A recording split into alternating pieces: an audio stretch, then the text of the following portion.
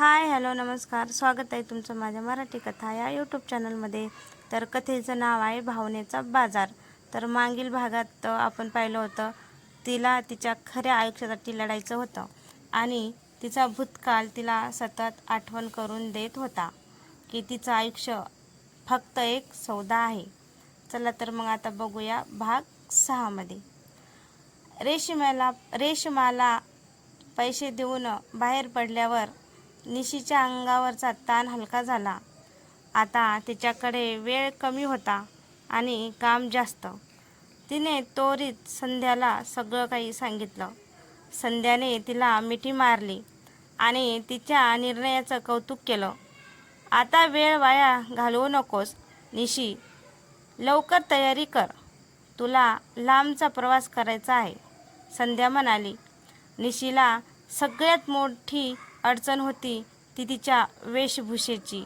गेली 3 वर्ष ती ज्या वातावरणात राहत होती तिथे तिची ओळख भडक कपड्यामध्ये आणि जाड मेकअपमध्ये होती। जर ती याच वेशात गावी गेली तर सगळ्यात आधी तिच्या कुटुंबाला आणि गावकऱ्यांना संशय आला असता। तिने तिच्या कपाटातील एक जुनी साधी कॉटनची साडी काढली। ती साडी तिने गावावरून आणली होती, जी या बाजारात कधीच वापरली गेली नाही।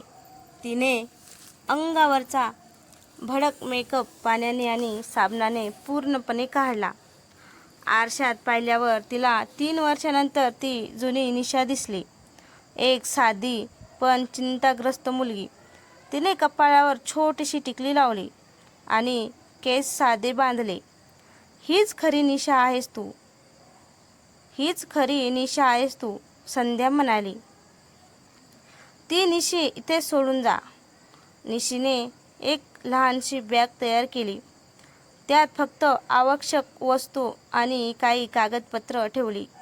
निघण्यापूर्वी संध्याने तिला अजून काही पैसे दिले होते, प्रवासात लागतील म्हणून।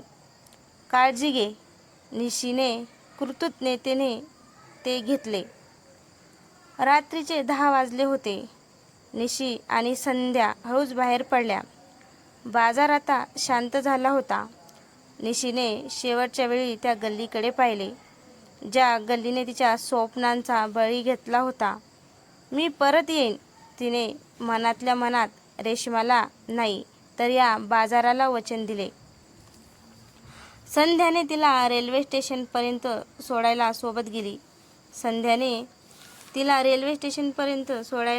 गेली। स्टेशनवर पोहोचल्यावर निशीने तिच्या गावी जाणारे तिकीट काढले। रेल्वे प्लॅटफॉर्मवर उभी राहून निशीने शेवटचं संध्याकडे पाहिले। तू माझी काळजी करू नकोस, मी 3 दिवसात नक्की परत येईल, मला खात्री आहे। जा आणि तुझ्या बाबांना भेट, काय करायचं हे तुला माहीत आहे। संध्याने तिच्या खांद्यावर हात ठेवून विश्वास दिला। ट्रेनमध्ये बसून निशी खिडकीतून बाहेरच्या प्रकाशाकडे पाहू लागली। मुंबई शहराचा झगमगाट आता मागे पडत होता। ट्रेन जसजशी पुढे जात होती तसतशी ती त्या बाजारापासून दूर जात होती, पण तिला माहीत होतं, ती जागा तिच्यापासून दूर गेली तरी त्या जागेच्या आठवणी तिच्या मनात कायम राहणार होत्या। पण तिला माहीत होतं, ती जागा तिच्यापासून दूर गेली तरीही त्या जागेच्या आठवणी तिच्या मनात कायम राहणार होत्या। तिचा प्रवास आता सुरू झाला होता, एक खडतर प्रवास, जिथे तिला भूतकाळ आणि वर्तमान यांच्यात एक मोठी भिंत उभी करायची होती, जेणेकरून भविष्यातला धोका टाळता येईल। निशीला फक्त एकच ध्येय दिसत होतं, नकार। तिला तो मुलगा तिला नकार देईल असं काहीतरी करायचं होतं, जेणेकरून तिच्या कुटुंबाचं आणि तिच्या मैत्रीचं रक्षण होईल। ट्रेनमध्ये बसून निशी खिडकीबाहेरच्या अंधाऱ्या दृश्याकडे पाहत होती। तिच्या मनात 3 वर्षांपूर्वीची ती निष्पाप निशिगंधा आणि आजची बाजारातील निशी यांचा संघर्ष सुरू होता। तिच्या मनात 3 वर्षांपूर्वीची ती निष्पाप निशिगंधा आणि आजची बाजारातील निशी यांचा संघर्ष सुरू होता. या 3 वर्षात तिने फक्त आपला देह विकला नव्हता, तर तिची मूळ ओळख आणि चेहराही हरवला होता. निशीने तिच्या चेहऱ्यावरील जाड मेकअप काढला असला तरी त्या रोजच्या कृत्रिम लेपामुळे तिच्या त्वचेवर परिणाम झाला होता. तिची त्वचा आता निस्तेज आणि काळवंडलेली दिसत होती. ट्रेनमध्ये इतर प्रवासी तिच्या चेहऱ्याकडे पाहत होते. काहीजण सहानुभूतीने पाहत होते तर काहीजण दुर्लक्ष करत होते. निशीला प्रत्येक नजरेत एक प्रश्न दिसत होता, ही मुलगी इतकी थकलेली का आहे? तिने आपला पदर थोडासा चेहऱ्यावर ओढून घेतला. 3 वर्षात पहिल्यांदाच तिला स्वतःच्या चेहऱ्याची लाज वाटत होती. बाजारात असताना ती हाच चेहरा अभिमानाने घेऊन फिरायची, कारण तो चेहरा तिच्या कमाईचा आधार होता. पण आज साध्या वेशात तो चेहरा तिला तिच्या भूतकाळाची आणि झालेल्या नुकसानीची आठवण करून देत होता. ट्रेन जसजशी गावाजवळच्या स्टेशनकडे सरकत होती तसतशी निशीच्या मनातील भीती वाढत होती. ही केवळ बाजारातून बाहेर पडण्याची भीती नव्हती, तर आपल्या जुन्या ओळखीला सामोरे जाण्याची भीती होती.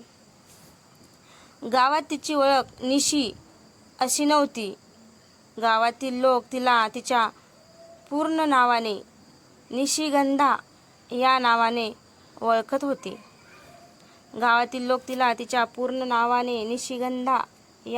ओळखत होते. निशिगंधा म्हणजे एक सुगंधित फूल. गावातील लोकांच्या मनात निशिगंधाची प्रतिमा एक साधी, अभ्यासू आणि सोपराळू मुलगी अशी होती. आता निशीला हीच भीती सतावत होती. जर एखाद्याने मला ओळखलं नाही तर? आणि जर एखाद्याने तिच्या चेहऱ्यातील बदल, तिच्या डोळ्यातील ती भीती ओळखली तर? निशिगंधा, तू अजूनही जिवंत आहेस का? तिचा आतला आवाज तिला विचारत होता. तिथे गेल्यावर मी कशी वागू? मी कशी बोलू? माझ्या बोलण्यातून शहराचा आणि त्या बाजाराचा वास तर येणार नाही? ती स्वतःला निशिगंधा म्हणून सिद्ध करण्यासाठी मानसिक तयारी करत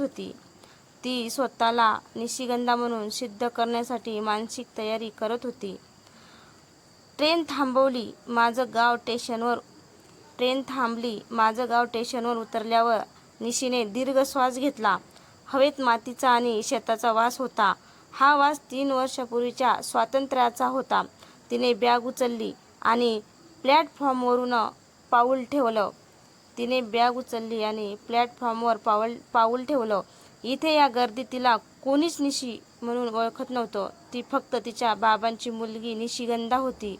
एक अशी मुलगी जिचं सत्य तिच्या हृदयाच्या खोल कप्प्यात बंद होतं. तिने स्टेशनच्या बाहेर पाऊल ठेवला. सूर्य मावळत होता. तिच्या खडतर प्रवासाचा हा सर्वात गुंतागुंतीचा टप्पा